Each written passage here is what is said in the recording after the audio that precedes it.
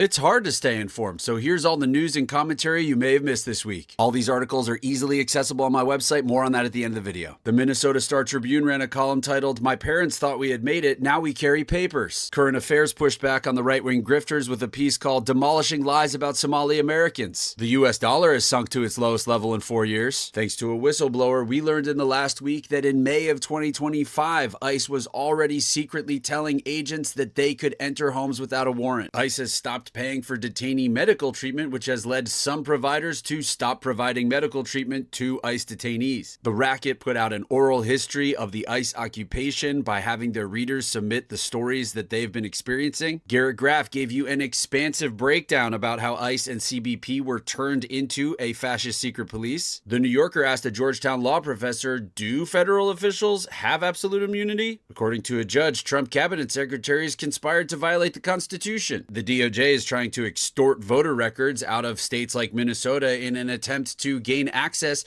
to private information that they can use to manipulate the next election. The 19th did an essential fact check of Nick Shirley's bullshit fraud thing. Liberal Currents is pointing out that even in non-political spaces, everyone is upset about Alex Preddy's murder. The tide is turning. They pointed out that when you lose the driving range content creator, things are going south. And More Perfect Union pointed out that ICE is nothing really more than a money-making scheme, a fascist money-making scheme, but it's really about profit. I compile all of the news you may have missed each week on my website in an article called News You Missed. So check it out. All these stories are there with links so that you can go and access them and subscribe to the great journalism outlets that are producing this essential journalism that keeps you, the public, informed. Here's to healthier information. A healthy media diet and you.